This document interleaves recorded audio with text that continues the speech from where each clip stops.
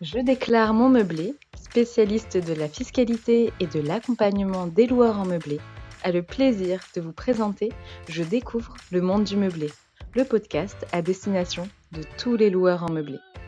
Que vous envisagiez de vous lancer dans l'aventure de la location meublée ou que vous soyez déjà fin connaisseur des avantages de cette activité, retrouvez-nous chaque semaine pour parler conseils, bons plans et suivre ensemble l'actualité de la location meublée. Bonjour à toutes et à tous et bienvenue dans un nouvel épisode hors série du podcast Je découvre le monde du meublé, consacré à un type de bail dont l'on entend beaucoup parler depuis quelques mois, le bail notarié. Quelles sont les spécificités de ce type de bail? Qu'est-ce que sa rédaction change pour les loueurs et les locataires? Nous vous expliquons tout dans ce nouvel épisode.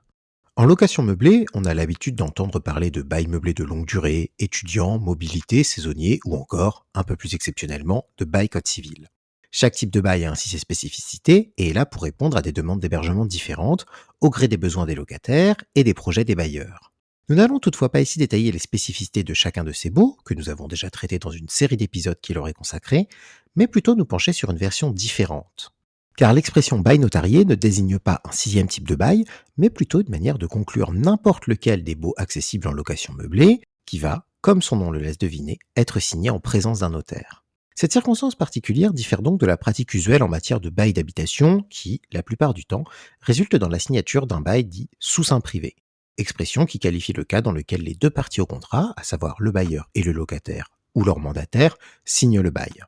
À l'inverse, le bail notarié, bien qu'il suppose toujours la réunion des différentes parties au contrat, fait intervenir un troisième acteur qui n'est autre que le notaire, agissant alors en qualité d'officier public. Et cette situation change beaucoup de choses, car, en vertu de l'article 1369 du Code civil, un bail notarié n'est plus un acte sous seing privé, mais devient un acte authentique, ce qui confère au bail une valeur juridique plus importante et une meilleure efficacité en termes de force probante, de procédure d'exécution ou encore de protection des parties. En somme, le contenu du bail reste le même, mais il dispose d'une valeur juridique plus importante, rendant sa contestation bien plus difficile qu'un acte sous seing privé, ce qui peut donc s'avérer utile si un litige survient entre le bailleur et son locataire. Or, au rang de ces litiges figure bien souvent le non-paiement des loyers, et c'est notamment dans cette situation que la conclusion d'un bail notarié peut permettre de faire avancer les choses plus rapidement, notamment depuis l'entrée en vigueur, le 1er juillet 2025, des dispositions de l'article 47 de la loi d'orientation et de programmation du ministère de la Justice du 20 novembre 2023, dont le contenu a ensuite été précisé par le décret du 12 février 2025. Voyons comment. En principe, dans une situation où le locataire cesse de payer ses loyers, la procédure permettant au bailleur d'en obtenir le paiement peut être particulièrement longue et nécessite, dans le cas d'un bail établi sous seing privé, le recours à un juge. A l'inverse, puisqu'un bail notarié est un acte authentique, il permet au bail de disposer d'un titre exécutoire, puisque les actes notariés revêtus de la formule exécutoire font partie de la liste des titres exécutoires mentionnés au 4 de l'article L 111-3 du Code des procédures civiles d'exécution. Grâce à cette qualité conférée au bail, le bailleur n'a plus besoin de saisir un juge afin d'obtenir le paiement des loyers, mais peut directement mandater un commissaire de justice afin que ce dernier mette en œuvre des mesures d'exécution forcée.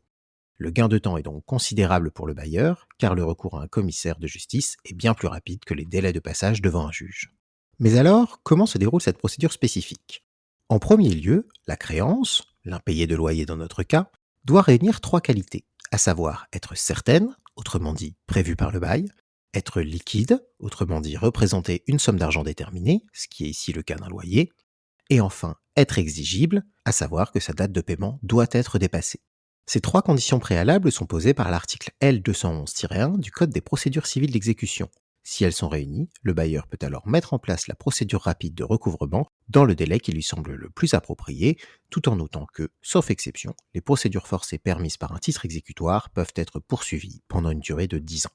Pour lancer la procédure, les étapes sont les suivantes. Premièrement, le bailleur doit demander au notaire devant lequel a été passé l'acte de lui délivrer la copie exécutoire du bail. Une fois en possession de cette copie, il doit l'adresser à un commissaire de justice qui se chargera des opérations de recouvrement. Ce dernier peut alors, en premier lieu, adresser un commandement de payer au locataire avant de mettre en place une stratégie d'exécution forcée qui pourra, en cas de loyer impayé, prendre soit la forme d'une saisie sur compte bancaire, soit la forme d'une saisie opérée directement sur la rémunération du locataire. Bien entendu, il est important de garder à l'esprit que le locataire peut, à tout moment, saisir un juge afin de contester les opérations de saisie réalisées, en invoquant par exemple une erreur dans les montants réclamés, des paiements déjà effectués, ou encore un vice affectant le titre exécutoire permettant de procéder de la sorte. De plus, il est également important de souligner que, si la procédure de recouvrement de loyer est facilitée, la détention d'un titre exécutoire ne permet pas d'outrepasser certaines garanties protectrices du locataire, comme la période de trêve hivernale en cas d'expulsion ou les montants qu'il est possible de faire saisir sur le compte bancaire afin d'assurer la subsistance du locataire. Au-delà de la force probante, ainsi que d'une exécution plus rapide notamment en cas d'impayé de loyer, la rédaction d'un bail notarié permet également d'assurer une meilleure sécurité juridique pour le bailleur comme le locataire, puisque le notaire responsable de sa rédaction pourra veiller à la conformité du contrat avec les exigences légales, notamment pour les baux ayant une forme obligatoire, mais aussi conseiller le bailleur sur la rédaction des clauses, ainsi que l'alerter en cas de présence de clauses abusives. Enfin, une copie du bail sera également conservée à l'étude notariale. Toutefois, si le bail notarié présente de nombreux avantages, il n'en demeure pas moins qu'il est aussi nécessaire de garder à l'esprit certains inconvénients. Le premier d'entre eux étant bien évidemment le coût de l'opération. Ainsi, contrairement à la simple signature sous seing privé d'un bail d'habitation, cette formalité a un coût financier, puisque recourir à un notaire entraîne le paiement des émoluments du notaire, ainsi que, éventuellement, de droits d'enregistrement et de frais administratifs. De plus, signer un bail devant un notaire nécessitera de programmer la signature du bail avec le notaire, mais également en présence des deux autres parties, ce qui peut poser problème du point de vue de l'organisation de la signature. Enfin, les changements de locataires sont plus fréquents en location meublée, ce qui peut donc multiplier les coûts si chaque bail successif est conclu devant un notaire. C'est donc l'ensemble de ces points, plus ou moins contraignants, qui devra être pris en compte par le bailleur au moment d'arbitrer entre conclure un bail sous seing privé ou recourir au bail notarié, dont vous connaissez maintenant toutes les spécificités et avez peut-être mieux compris pourquoi vous en avez davantage entendu parler ces derniers mois.